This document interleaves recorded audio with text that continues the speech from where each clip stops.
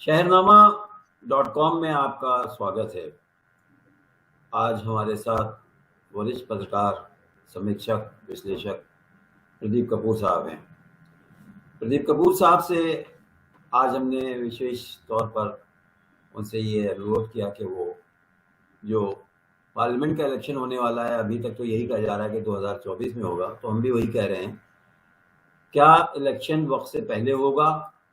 क्योंकि सरकार आपाधापी में है, विपक्ष मजबूत हो रहा है और कल तीसरी मीटिंग बम्बई में विपक्ष की हुई, जिसमें 26 से ज़्यादा पार्टियों ने हिस्सा लिया और बड़े बड़े नेता थे, जिसमें सोनिया गांधी, खड़गे और लालू यादव और नीतीश और उद्धव ठाकरे वगैरह वगैरह, ममता बनर्जी और अखिलेश वगैरह भी सब शामिल थे।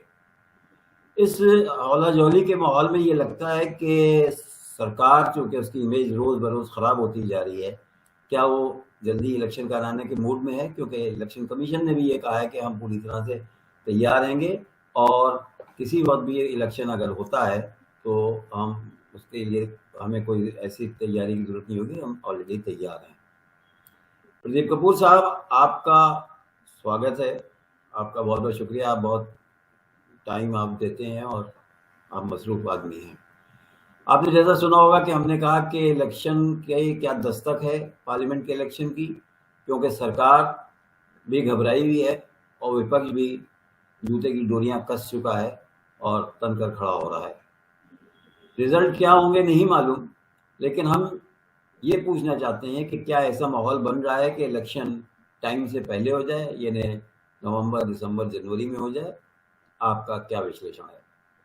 देखिए हुसैन अफसर साहब, जिस तरीके से जो स्पेशल सेशन पार्लियामेंट का बुलाया गया है, तो जाहिर बात है कि पूरे हिंदुस्तान और हिंदुस्तान के बाहर भी ये चर्चा होने लगी कि आखिर क्यों बुलाया गया है। क्या इलेक्शन जल्दी अनाउंस करने के लिए बुलाया गया है? क्या यूनिवर्सल सिविल कोड के लिए बुलाया गया है या कोई और मुद्दा है? तो पूरे देश में विदेश में चर्चा हो रही है कि क्यों बुलाया जा रहा है। जाहिर बात है कि इसमें एक देश एक चुनाव का मामला भी है, तो क्या चुनाव जल्दी हो सकते हैं? इसके लिए बीजेपी में ये बात सोची जाए कि राम मंदिर में प्राण प्रतिष्ठा और होने जा रहा है जनवरी में, तो उसके जरिए पूरे देश में एक हिंदुत्व का माहौल क्रिएट किया जा सकता है जो बीजेपी को और एनडीए को सपोर्ट करे। दूसरा ये है कि चंद्रयान में जिस तरीके से भारत ने सफलता हासिल करी, उसका भी जो है फायदा उठाया जा सकता है। तो इन तमाम लोगों माहौल, अगर बीजेपी सरकार को ये लगता है कि उसके पक्ष में है, तो जल्दी करा लिया जाए चुनाव। इस बात की चर्चा जो है पूरे देश में हो रही है। दूसरा ये कि एक देश एक चुनाव, वो भी एक मसला है कि कम खर्चा हो और बीजेपी के पक्ष में जाए, क्योंकि हिंदुस्तान में लोकसभा का चुनाव जो है वो मोदी जी के नाम पे लड़ा जाता है। तो जो क्या कहते हैं लोकसभा के लिए वोट दे रहा है, वही एक माइंडसेट होता है कि वो नीचे भी दे दे, तो उसका भी एक एडवांटेज लेने का पूरा प्रयास करने की कोशिश की जा रही है कि खर्चा बचाने के नाम पर एक देश एक चुनाव किया जाए, ताकि लोकसभा के चुनाव से फायदा जो है विधानसभाओं को हो जाए। और देखिए, ये जो जो सत्र होने जा रहा है, ये गणेश चतुर्थी इसमें बीच में पड़ रही है, तो ये भी कहा जा रहा है कि कोई बहुत इंपॉर्टेंट डिसीजन लिया जाएगा गणेश चतुर्थी, जो कि पवित्र मानी जाती है, पायस मानी जाती है, तो उस दौरान जो निर्णय लिया जाएगा तो वो एक बहुत बेहतर होगा देश के लिए और पार्टी के लिए जो या सरकार के लिए जो ले रही है।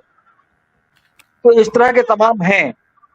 लेकिन आप ये देखिए कि अगर जल्दी चुनाव कराया जाए और फील गुड का माहौल जैसा कि इस वक्त सरकार को लग रहा हो, तो आप याद कीजिए कि जब वाजपेयी जी की सरकार थी, उस जमाने में शाइनिंग इंडिया और फील गुड का फैक्टर बहुत ज्यादा छाया हुआ था और वाजपेयी जी को यह समझा दिया गया था कि पक्ष में है माहौल, तो उन्होंने 6 महीने पहले चुनाव करा दिया। लेकिन उसका हश्र क्या हुआ, वो जो है सत्ता में वापस नहीं आए। तो कम से कम मोदी जी और मोदी जी की सरकार का मुझे लगता है कि ये चाहेंगे कि जब तक सत्ता है तब तक वो सत्ता में रहेंगे, आखिरी दिन तक रहेंगे और उससे पहले चुनाव नहीं कराएंगे। तो ये जो विधानसभा का जो स्पेशल सत्र बुलाया गया है, वो मुझे लगता है कि यूनिवर्सल सिविल कोड या कोई और अहम बिल जो तम है उसको लेके आएंगे, या जैसे कि चीफ इलेक्शन कमिश्नर के चुनाव में जो चीफ जस्टिस की भूमिका को नकारने वाला भी जो बिल आ रहा था कि उनको उसमें शामिल ना किया जाए, क्या पता वो भी हो। तो एक एलिमेंट ऑफ सस्पेंस बना हुआ है कि विधानसभा का जो पार्लियामेंट का सेशन है वो क्यों बुलाया गया है।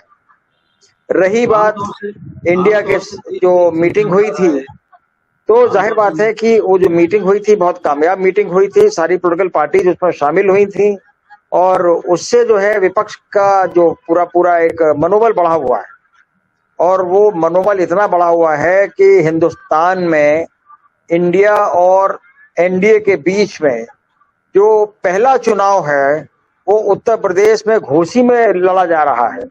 घोसी का जो विधानसभा का चुनाव है वो जो बीजेपी के कैंडिडेट हैं दारा सिंह चौहान, वो एनडीए के हैं, इसलिए क्योंकि जो एनडीए के पार्टनर हैं ओम प्रकाश राजभर, भारतीय सुहेल देव पार्टी और भी तमाम पार्टियां जो हैं वो उनके लिए प्रचार कर रही हैं। इसी तरह से समाजवादी पार्टी भी इंडिया की सदस्य है, तो उनको जो कि अजय राय जो कांग्रेस के प्रेसिडेंट हैं, उन्होंने जब अपनी सपोर्ट अनाउंस करी तो यही कहा कि समाजवादी पार्टी चूंकि इंडिया में है इसलिए हमारा फर्ज बनता है कि हम उसको सपोर्ट कर रहे हैं। तो वहीं पे लेफ्ट पार्टीज भी जो है वो समाजवादी पार्टी को सपोर्ट कर रही है, वहां पे ऑल इंडिया पीपल्स फ्रंट भी सपोर्ट कर रहा है। तो ये हिंदुस्तान में ये घोसी का जो बाई इलेक्शन है वो एनडीए और इंडिया के बीच में चुनावी जंग की पहली लड़ाई जो है वो उत्तर प्रदेश में घोसी में लड़ी जा रही, वो बहुत इंटरेस्टिंग होने जा रही है। एक तरफ जहां मुख्यमंत्री योगी आदित्यनाथ ने उसको प्रतिष्ठा का सवाल बना लिया है, उनके दोनों डिप्टी चीफ मिनिस्टर और पूरी सरकार और सारे मंत्री वहां पे लगे हुए हैं चुनाव प्रचार में, बीजेपी के सारे फ्रंटल ऑर्गेनाइजेशन लगे हुए हैं, सब काम कर रहे हैं। उसी तरह से समाजवादी पार्टी के जो कैंडिडेट हैं सुधाकर सिंह, उनके लिए अखिलेश यादव ने खुद जो है मोर्चा संभाल लिया है, वो कैंपेन लीड कर रहे हैं। उनके दोनों चाचा शिवपाल यादव और रामगोपाल यादव भी वहीं पे हैं, और लेफ्ट पार्टी से लेके तमाम जो कांग्रेस के बड़े बड़े नेता जो है वो सब कैंपेन कर रहे हैं। तो जहां समाजवादी पार्टी जो है वो कास्ट सेंसस को इशू बनाए हुए है, और उसी तरह से बाकी जो बीजेपी है वो भी जो है पूरा का पूरा प्रयास कर रही है इस चुनाव को जीतने के लिए।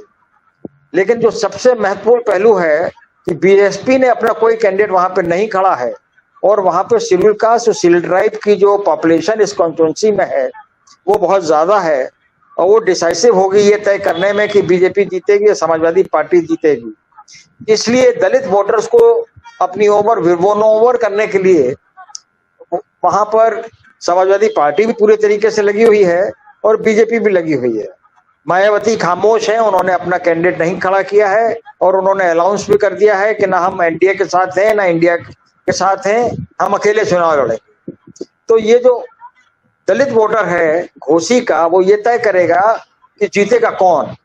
तो इसलिए पूरे देश की निगाहें हिंदुस्तान में एनडीए और इंडिया के बीच में होने वाले पहले इलेक्शन की तरफ लगी है, क्योंकि ये जो चुनाव का नतीजा आएगा वो उत्तर प्रदेश के आगे आने वाले दिनों की जो पॉलिटिक्स है और लोकसभा के चुनाव के लिए मूड सेट करेगा। बहुत बहुत शुक्रिया आपका। बहुत बहुत शुक्रिया।